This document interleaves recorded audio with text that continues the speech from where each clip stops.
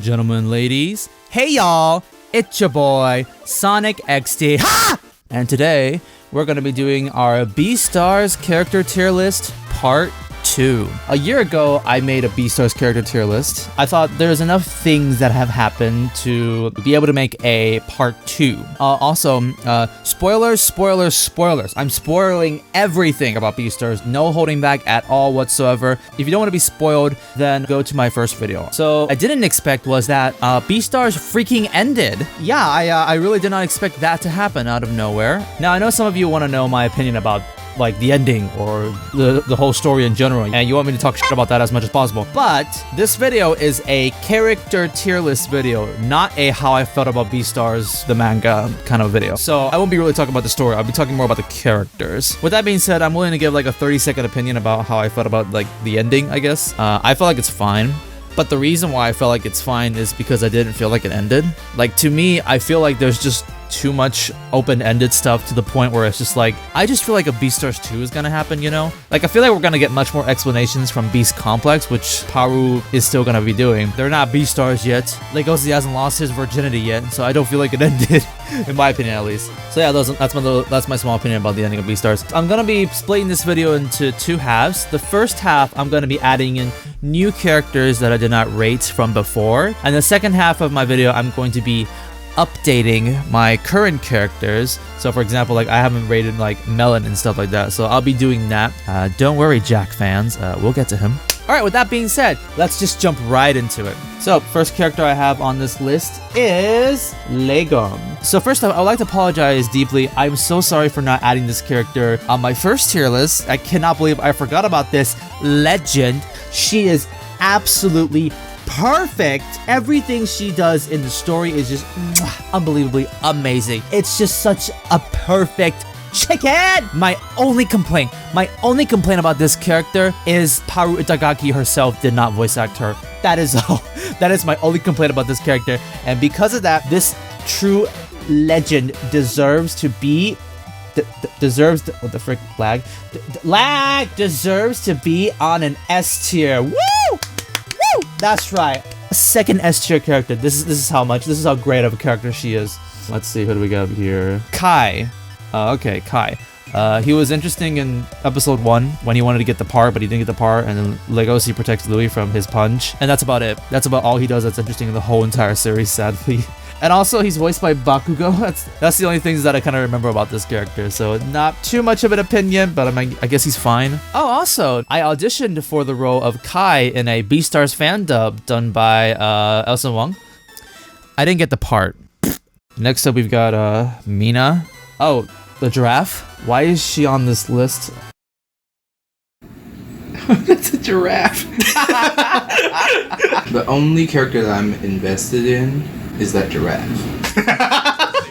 Okay, I'm doing this more for my brother, I guess. Well, I did say that she was the best waifu in this whole entire series, and my brother really likes this character, so I guess that makes her an obvious S tier. Next, I'm gonna rate Tao, and I'm also gonna rate Kibi. Now, generally speaking, these 2 characters aren't that important in the story too. They're really background characters, but in my opinion, I do really like these characters. But my reasoning for liking these characters is not really based off of personality-wise, though. Let me explain. In the whole entire series of BEASTARS, there were 2 moments where I felt like the humanity of this world. Well, I mean, that's an ironic word to use. There were 2 moments. The first one was when the lights went out in the festival. The lights went out, and then like the drama club class, like the herbivores were very scared and the carnivores like protected them. That was a very touching moment. And the second one is the arm ripping moment. To me, that moment really touched me. And I actually felt very like touched when I saw that moment. And by the end of it, how these 2 could still be friends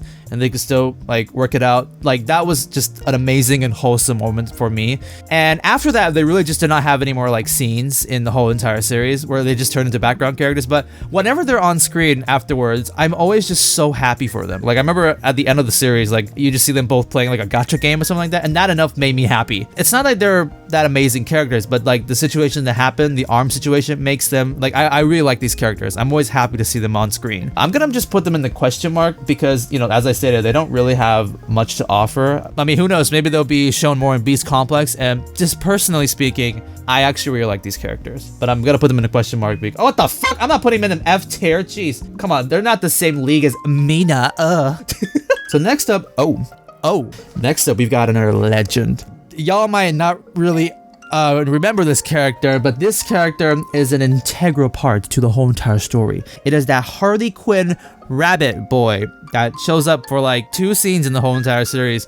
Actual legend, actual masterpiece of a written character. Like, this character embodies the greatness of everything that exists outside of our world. How did Legoshi find out that Howard was being captured?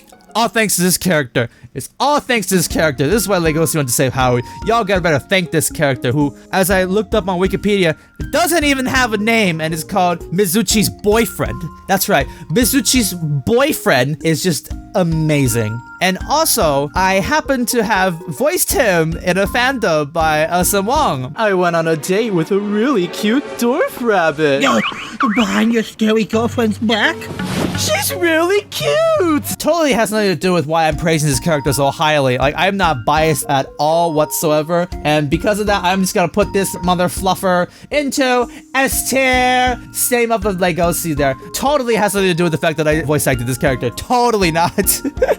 Okay, now let's actually talk about some actual interesting characters in the story. So next I'm gonna rate, I believe her name is Leona. Lino. Legoshi's mama. So Legoshi's mom, in my opinion, is a fantastic tragedy story, and I'll just put her at an A tier. Like, to me, she is the perfect example of why BEASTARS, the world, is such a tragic place, because she just feels like she doesn't belong in this world anymore. And this BEASTARS worldview just won't allow something like this to exist, and that is like the tragedy of the character Leona. Overall, a very short but very good character that they introduced into the story. My only question is, how did Legoshi like know all of this? Like, do you actually mean to tell me that Leona's dead spirit like talked to him in his coma or something? Is there magic in this like worldview or something that I don't know about? My theory is like Gosha may have talked to him when he was in the coma, like next to him. That's just a theory, but I'm gonna assume that, yeah, like her spirit came back and told this to Legoshi. Well, since we're on the topic of Legoshi's family, I might as well talk about Toki a bit. Toki is fine. I don't feel as touched as I was for Leona. I'll just put her at a D. I will talk more about her when I talk about Gosha, but she served her purpose, so I'll just put her on a D. Next, I'm gonna talk about Q, the BBB, Big Booby Bunny. She was interesting when she first popped up. Her fighting skills, her morals, her physique.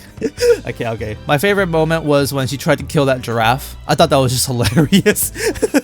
And Legoshi had to like stop her. Overall, I do find her to be an interesting character. I do feel like she is a really wasted character in my opinion. Like, she introduced a lot of things we just didn't really get expanded later on. Like, apparently she had a thing for Gohin, which we never explored later on. Apparently she can use stands, which we did not explore later on again. She betrays Legoshi to Melon, which we don't expand on anymore after that too. And by the end of the series, she joins Louis and that's it. She just disappears. Yeah, I don't know. I just feel like she's just this really interesting concept, but that's it. She's just an interesting concept. We never go further after that. Even though I wish we could see more of this character, I will still say she's a C. I enjoyed a lot of stuff that she did still in the show, but not to the degree that I would say she's like an amazing character. But I mean, not a shit character at least. So I'll put her at a C. Oh, speaking of Q, do you guys remember San? Sis! Who's that? Who's this even? What is this name? I've never even heard of this. San was that other character that showed up with Q. San just kind of disappears after he appears like one scene being like, hey, what's up guys, I'm in the story now, and then poof, he's gone. I was actually looking kind of forward to seeing what he was going to offer. I was like, okay, the attention is on Q right now, obviously, but I'm sure we're going to get more San related stuff, so I'm looking forward to seeing that. Nope, he's gone. Let me hold up a second, because when I was looking on the Wikipedia, I completely forgot about this. Fighting physical weaknesses. San has the ability to quickly scan an enemy's body to discover all of their weak points. Yeah, San has that very cool ability that he never uses again or brings up again or is irrelevant in the whole entire story. What the frick? Like, what is this character? I was kind of looking forward to him. Maybe we'll see more of this character from Beast Complex. I don't know. I'm gonna rate him as a question mark because I literally don't have enough to rate this character. Okay, next I'm gonna rate Miyagi. Now I bet you're wondering, who the heck is Miyagi? Again, this is a character that I can't really rate because it's more of an interesting concept. This is Legosi's dad, but we got a little bit of backstory from Leona, who showed up at one Omath, and that's it. He has done nothing in the whole entire series. All we know is that he's an actor. I think it'll be very fun to see this character like interact with Legosi or even just show up in Beast Complex. This is my surprise pick that I'm gonna be putting into the question mark. There's a lot of question mark characters, but yeah, I just think this is an interesting character I want to bring up, and who knows, maybe this character will show up in the future, and I just wanted to put him here first because I'm interested in seeing some more Miyagi. Next, I'm gonna rate Oguma. Now, I was gonna originally surprise you guys by putting Oguma on this list because I was gonna think like, oh, this is a character who doesn't get like that much development. But personally, I have enough opinion that I can just put him on this list, kind of like a surprise. Now I have to put him on this tier list because he's dead. What?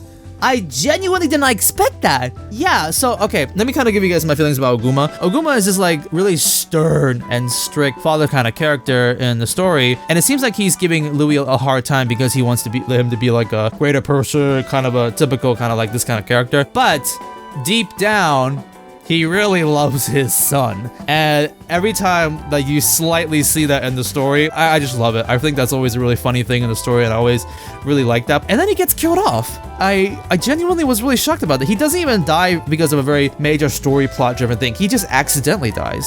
But if I were to consider his arc, which to me, the thing that I like about this character was that he secretly really loves his son, but he can't really express that. By the end, he did express that to Louis. So I guess as sad as it is, like, he did complete his arc. It's a real shame. I really did not expect him to pass away like that. And yeah, personally, I do like this character. I think I'm putting him as a B. He doesn't offer a lot, but just these little quirks are good enough for me to rate him on a B. Rest in peace, best dads in the series. Now, the last character I'm gonna be rating, and funny enough, this is the most requested character that I did get, is like the individual Shishigumi characters. So you got like the Dolph, the Freeze, the Agatas, and stuff like that. I'm just gonna rate the Shishigumi as like one character because I genuinely have the same opinion about them as a whole. So this is a controversial opinion, but this is how I feel about the Shishigumi. I'm putting them in the I don't care tier list. That's a very, yeah, okay. I think I have to give some explanations, but like, I don't really care about them. Okay, there's a lot I have to say here. So let me kind of explain how I feel about the Shishigumi as a whole throughout BEASTARS, starting from like the early part of BEASTARS. In season 1, they were the bad guys. They captured Haru, so you really hate them. Like, they really are like scummy and like, you hate them basically because they're the villains of the series.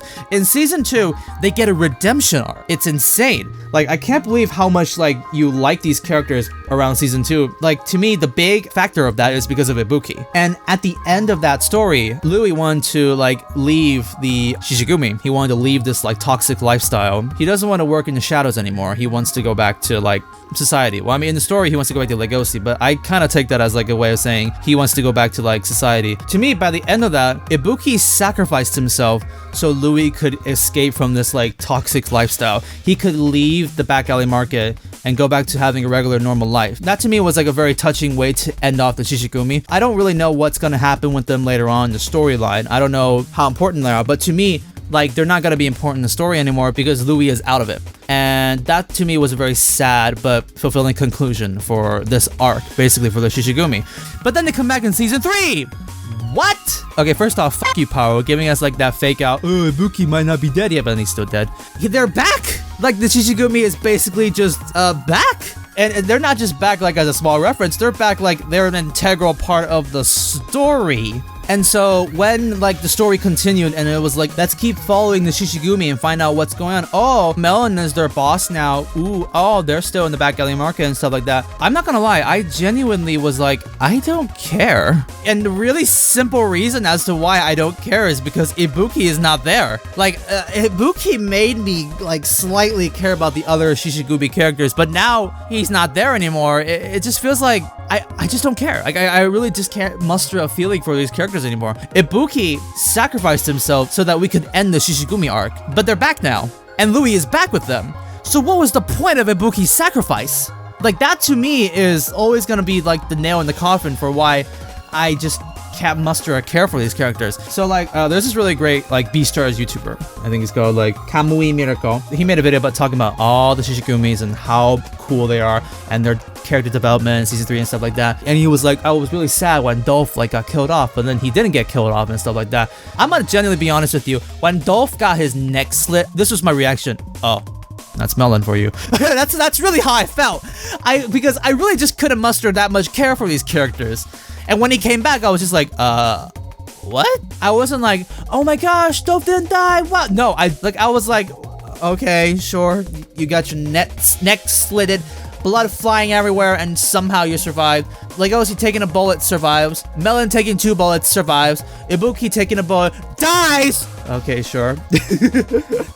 Okay, I'm just gonna start complaining a little bit about them as like just some small complaints here. They did not suffer any punishments working for Melon. Dolph had died, then maybe that would have been enough. That would have been like a punishment for working with Melon or betraying Melon for working with Louis. But nope, there is no repercussions from that. Q betraying Legoshi, no repercussions from that. I find that to be kind of weak storytelling in my opinion. Like I feel like if you're making a deal with the devil, then something ought to be wrong. You know what I mean? But really, they came out pretty clean from that. I guess they went to jail, but like, they're gonna come out soon, I guess. Okay, now this is a very mean opinion I'm about to give. They gave the Shishigumi screen time, like hang out with Legoshi, hang out with Louis, which made them more likable and made people like these characters. But in my opinion, I'm just thinking in the back of my head, why didn't they give the screen time to already liked and developed characters? Juno is a forgotten character around this whole entire arc. Maybe even someone like the Cherryton Drama Club people and stuff like that. Like, Shishigumi had more scenes than all of these characters in season 3, but most importantly, where the hell is Gohin? Gohin is like one of the protectors of the back alley market. Where the heck is he? He's gone. Like, I'm sorry. He gave Legoshi some fake teeth, and that's it. What? This character is like, in my opinion, much more important than the Shishigumi. He's freaking gone from that whole entire arc. But Shishigumi have like a lot of scenes. I don't understand. Again, this is a mean comment. Like I'm saying, oh, Shishigumi have scenes. I don't like that. No, what I'm saying is Shishigumi gets more story development than all these other already established great characters, and I'm just slightly complaining about them. And I'm gonna be honest, I don't hate these characters. They do cool things, you know. They get likable later on. They hang out with Legoshi, they hang out with Louis. The more the story goes, like they do become more likable. Ibuki to me will always be the obstacle as to why I can't like muster a care for like the Shishigumi. Like I'm sorry, this is genuinely how I feel. Like people, I know people out there really like the Shishigumi, and in fact they wanted me to individually rate these characters. I can't even remember the 8 of them that are left. I can only remember like Dolph and Agata because they seem to be a little bit more important. Look, in the end, I'm sorry, like, but this is my true feelings about these characters. I'm gonna be very clear. I don't hate them. If you wanted me to rate these characters, probably a D, maybe a C, but I just don't care about these characters. And it's Ibuki. Now, I might be grudgingly holding on to like Ibuki's death, and that's why my opinion about these characters are like in an I don't care tier list. But like, that's really how I feel about these characters. One of the things that people really liked about season 3, and I don't really like it. Yeah, that's gonna be a yikes coming up, I'm sure. Okay, I rated all the new characters, and now I'm gonna start fixing up the tier list. Okay, I'm gonna start with Bill. In my opinion, Bill being the leader of the drama club made me respect this character a lot more. Yeah, I like Bill a lot more because of that. So Bill goes to a B tier. I bet if some of you who only watched season 1 of the anime, for me to rate Bill this high are like really shocked because he's such an asshole in the anime. But yeah, he turns into a much more better character later on in the series, in my opinion. So I'm gonna put him as a B. Next, I'm gonna be talking about Sebum.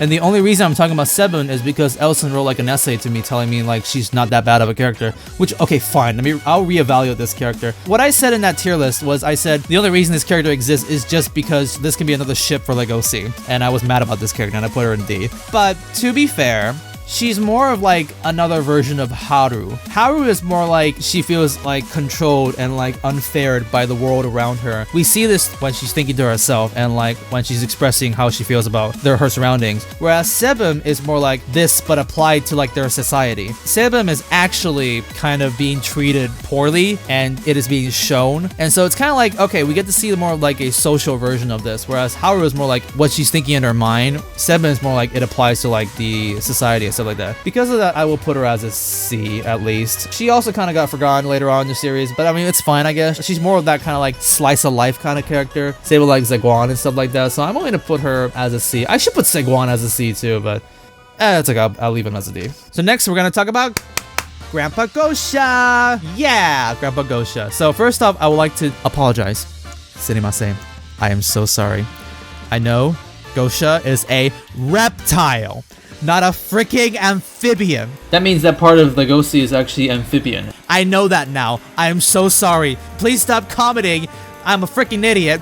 And I should have known that a Komodo dragon is a reptile, not an amphibian. Okay, with that being said, let me start talking about this character. So I was looking forward to ranking Gosha a very, very long time already, because back then when I rated Gosha in the tier list, I feel like this character is incomplete. Like there's still too much for me that I don't know that I want to rank this character. So I wanted to wait a bit before I rank this character. Now I can finally talk about this character. To me, Gosha has always just been this like go easy, happy grandpa character. I felt like there was just too much mystery behind this character. Everyone in the family is dead. How the heck is he so happy-going and stuff like that? We then get the Leona backstory, which to my opinion is crucial, but not crucial enough. To me, the most crucial part about Gosha's backstory is Toki. When Melon's dad out of nowhere shows up, and when the Gosha was really happy and started like doing like these amazing tricks against like all the people in like the crowd. By the way, that scene alone like made me fall in love with Gosha. And then when Melon's dad was like, I ran away from my own wife because of I fear her, then Gosha like completely breaks how dare you in a way, sort of sense, because Melon's dad's like existence to Gosha is like the complete opposite of what Gosha's beliefs are, because Melon's dad ran away from his wife because he was afraid that she was gonna eat him, and he was probably right, whereas Gosha's wife died for Gosha just so that he could be happy. So to Gosha, like hybrid marriage to him is like the strongest belief that he could ever have. So Melon's dad challenging him for that is really great for like Gosha's character development. And it's just like, it's so sad. Like everything that happened with Gosha and Toki is just, to me, was just so depressing. In fact, let me just say here, fuck you, Toki. I hate you. You literally caused this whole entire family line to go downhill. Like, you may have actually caused Leona to kill herself. You may have done that. Legosi then falling out from like Gosha in the story. It's all your fault, Toki. Fuck you. Hey y'all, this is Sonic from the future, because I wanted to update something that I forgot to talk about. A long time ago, I said Legosi is a angel in a demon's body. That he is this very nice and kind person, but he has a very scary carnivore body. Well, Gosha is double that. Gosha is a freaking monster. Not only is he a scary Komodo dragon, but he can literally kill anyone next to him with his poison. That is horrifying, and is especially shown in the Toki backstory. Yet somehow, he is the nicest, most kind character in all of BEASTARS. That is just, to me, very commendable. And I think, as I stated before, I feel like he is just like a grown-up version of Legosi, whereas Legosi is still struggling and figuring out himself with the situation he's in. Gosha is just kind of over it. Like, he kind of just accepts the fact that he is what he is and that he has to live with it. And he's constantly just being careful, constantly being nice to everyone around him. And honestly, I really respect that for this character. Okay, that's all I wanted to add. So back to present me. Hi-cha! In my opinion, the fact that Gosha went through so much, went through all this pain, and still came out as like an awesome character, like such a strong grandpa character, it's just like commendable. Like, that makes me really, really like this character. Straight up to A. Like, I really, really like Gosha after that backstory, just because of how strong he is. Like, he still picked himself up. He still looked for hobbies. In fact, he's even reconnecting with Yafia. What a guy. Like, to me, that's what makes me really, really like Gosha. He should be like this morpy, sad, depressed character, but like, he's so likable. He's so strong, and that's so touching to me. And so that's why I really like Gosha, and I'm gonna put him as an A tier. My only gripe with Gosha, yeah, it's a really small gripe, is that, could you love your son a little more? Like, one of the biggest motives for Gosha is to like protect his son and to like love his son. Legosi is like his only family left. He gave up being a Beastar just to have a family. So in the series, in the comics, Legosi and Gosha get together one time, which was a very sweet moment between grandfather and son. But after that, they barely interact. Gosha thinking about Legosi, and Gosha knowing he got hurt from the hospital. Gosha then finding out he's gonna go to the back alley. Like, he never confronts Legosi. Even at the end, when they meet again at the back alley market, Gosha is like, oh, you have such a good friend. Like, what the heck?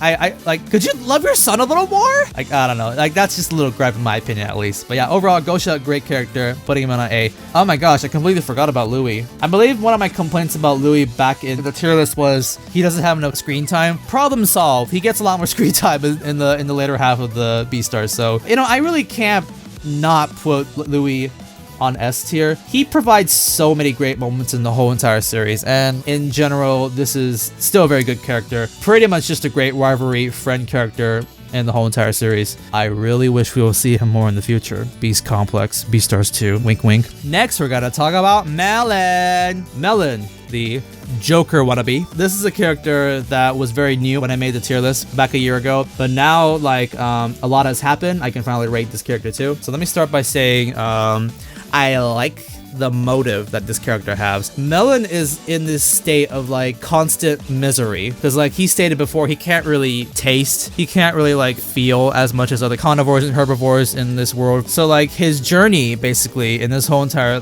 story is just he wants to feel something. Their whole characteristics is trying to solve an unsolvable problem, and this all drives Melon into doing all these crazy things, for like hating the society that they live in and for like being this really impressive mass murderer and stuff like that. Like Melon is a scary, crazy sociopath, and I think the motive, in my opinion, is one of the things I really do like about this character. Now, I'm gonna state this very clearly. I don't think Melon is better than Ritz. Not even close, in my opinion. Ritz scared the shit out of me when he was on screen. Like, everything this character did was just horrifying. Whereas Melon, to me, how do I say this? Okay, I'll put it this way. I think Melon is too much of a Mary Sue. I don't know if that's the word to use. I don't know what the Mary Sue equivalent for villains are. In the story, Melon literally gets away with too many things. The first time he appears, he jumps off a building and gets away, which was explained later on, so I'm okay, fair enough. Second, they capture Melon, but Legoshi lets him go away and Melon shoots him. Okay. Third, he comes up with this very convoluted plan to get Legoshi onto the beach. And okay. And then fourth, Legoshi catches him in the building, but then he escapes because the police suck. And also, Melon cutting off Dolph's neck. At that point, I was thinking, okay, the Shishigumi are so gonna like turn sides. They're not gonna work for Melon anymore. Nope, because Dolph comes back, and so Melon is still their boss. Okay. Like, to me, when I see Melon and when he talks about his plans or how much he hates society or how he wants to change it and stuff like that, to me, I don't see that as like Melon wanting to do that. That's how he feels, and that's why he wants to be the ruler of the back alley market and stuff like that. Like, I don't see that. What I see is Puru giving Melon all these leeway BS stuff so that he can do all these sorts of things. Like, I feel like, oh, all these society, all these unfairness that Melon gets treated, he gets to express this because of all the BS he pulls off of running away and stuff like that. I don't really like that, at least. That's one of my problems. With that being said, though, Melon is still a good character. Like, I'm gonna put him as a B still. I don't think he's better than Ritz, and I do think he gets away with too much BS. I know Melon's a lot more deep. Like, there's a lot of things you can talk about Melon, and again, Mr. Kamui Miracle didn't make a video about that. If you want more of a character study of this character, I would recommend you guys can go check out his video. And now, we are on the final character, Mr. Jack. Let me first give you guys a bit of a background story about Mr. Jack. When I rated him as a C, I got a lot of shit for that. Like, holy crap, people were mad in the comment section. But that's not the most important thing. Around November 2019, I think it was November 10th, I got so many comments telling me, Jack doesn't deserve to be in C tier anymore because onions. Okay. Like, so many people started going onto my video and started commenting, oh my gosh, Jack eating onions, yo, buff him, put him above a C, please. Jack wants to kill himself because you rated him on C. I kid you not, I got a comment like that. I'm not even joking. So, personally, I really like that chapter between Legoshi and Jack with the onion situation and stuff like that. I did like that. But in my opinion, I don't think that's a tier bumping reason. Why did Jack want to eat the onion? Jack wanted to eat the onion because he didn't feel enough remorse for like people dying and stuff like that. So he's like, I don't feel enough, so he wants to like kill himself. I'm not gonna put Jack above a tier just because he wants to kill himself, okay? Hey, Sonic from the future again. I just want to make a correction. He does not want to kill himself. He wants to rebel against Legoshi, and that's why he ate that onion, which could possibly kill him. The reason why I stated probably he wanted to kill himself was because Puru did the clickbait in the last chapter, and I guess I forgot that he didn't want to kill himself. He just wants to rebel. So my apologies. Also, I would like to add that this whole issue, the whole problem with Jack is that he doesn't feel enough emotion. He doesn't feel like he feels enough remorse or sadness when he's listening to these deep dark histories about their past. And he even states that the species of dogs don't feel enough emotion. They can totally handle this sort of information like robots, so he wants to feel more emotions and stuff like that. Which is complete BS for Jack's character, considering he is such an emotional character throughout the whole entire series. And especially when you talk about crying, he cried heavy when Legoshi left Cherryton to go to the back alley market to be trained by Gohin. So I don't know where this not being emotional problem came from. I honestly just don't think it's that great of a development for this character. It might be some sort of teenage angst. Jack just wants to rebel. That's why he says, oh, I don't feel enough emotion. I want to onion myself. When in fact, like, throughout the series, he's really emotional. So, yeah, in my opinion, at least, I don't think this is something that improves the character. Okay, now back to present me. I like that issue, but I don't think that's like a tier bumping reason for Jack to go upwards. And after that, he starts explaining the backstory about like the history of the herbivores and the carnivores to Legoshi, which again is not something about Jack. That's more like history lessons. And then Jack is gone. Bye-bye, Jack. Bye. He's out of the series. He's never shown again in season 3, I believe. Just some minor background character stuff. Oh my gosh. So in my opinion, no, I don't think the onions is gonna buff this character at all, to me at least. But I did start to like slowly like digest my opinions about Jack and how I feel about this character. And to me at least, I do have to say, even though Jack doesn't do much in terms of like the mainline story, I will say Jack is more of a slice of life kind of a part of BEASTARS, like a part of Legoshi's life at least. In all the major conflicts, he barely is involved, and so isn't Room 701. They're mostly just in the background doing their own stuff. Like all these horrible things happening in the world of BEASTARS, they're just vibing. They're just living their life. To me, I can kind of appreciate it the more that I think about it. Most importantly speaking, this is a tier list about how much I like these characters. And I do like Jack, and I do like the little things that he does. Wearing Legoshi's gigantic shirt, finding his porn magazines, the time when he went to the department store with Legoshi. Like, those are still moments that I really like from Jack and Room 701. But I need to tell you guys something. The reason why I'm gonna now put Jack in a B tier is not because of the onion situation, but it's because of the Omakis. I love Jack from the Omakis. Oh my gosh, those little side stories are adorable. I love just seeing those stuff. And Room 701. By the way, Jack equals Room 701. All those other characters like Voss and Colette, like I'm rating them with Jack. All the things that they do in the Omaki is so fun and so funny, and I just really like them. The Omaki really like buffs Jack so much. Like I just freaking love this character because of the Omakis, which is really weird because the Omakis are like not in the main storyline. They're like side stories. But yeah, that to me was what made me really like this character, funny enough. Not the stuff that he does in the main story, but mostly the stuff that he does in the Omakis. I think Zegwan and Jack are like the most loved in the Omaki, to the point where I'm almost about to put Zegwan into like C tier. But what is my prejudice toward the Naked CEO? I'm just gonna put Naked CEO up in the C tier. Like, oh my gosh, I don't understand. He's a fun character. He deserves to be C tier. Omakis are the reason why I think Jack is gonna be a B. You know what?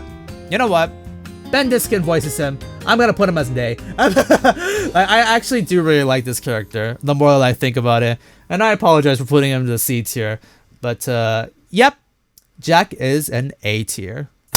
And there we go. That is my BEASTARS character tier list 2.0. Man, what a ride. What a ride. I still have so many things and opinions I have about BEASTARS, but I'm gonna be focusing more on the season 2 anime when it comes out. So maybe I'll be talking about some other BEASTARS things another time. No matter what you think, you know, how it ends or like what happens in the story, I still think the characters are awesome. I still really felt like these characters did a lot for me. Overall, I love BEASTARS characters. Oh, wait, hold up a second. Wait, I think I'm missing a character. Oh yeah, that's right. Oh my gosh, how could I forget? Shiro! Yes! Shiro, the protector of Anima City. Super cool, awesome backstory. I love this character. Also voiced by Ben Diskin. S+. S+. That's right. Shiro deserves to be on an S+ tier. Wait, hold up a second. I can't believe I forgot about this character too. Haida-kun! Haida! Oh my gosh. He's the best boy of Agretsuko. Everyone's favorite simp! This character is such an amazing character. I'm looking so forward to seeing what this character offers and the rest of Agretsuko. And he's voiced by Ben Diskin. SSS tier. Haida-kun is up there. And that's right. These are the best BEASTARS characters that have ever existed. No exceptions. And that is the official tier list. Thank you all so much for watching. Hold up a second. Hello? Hi! Yeah, no, I'm just making the tier list. What do you mean they're not from BEASTARS? They're all on Netflix!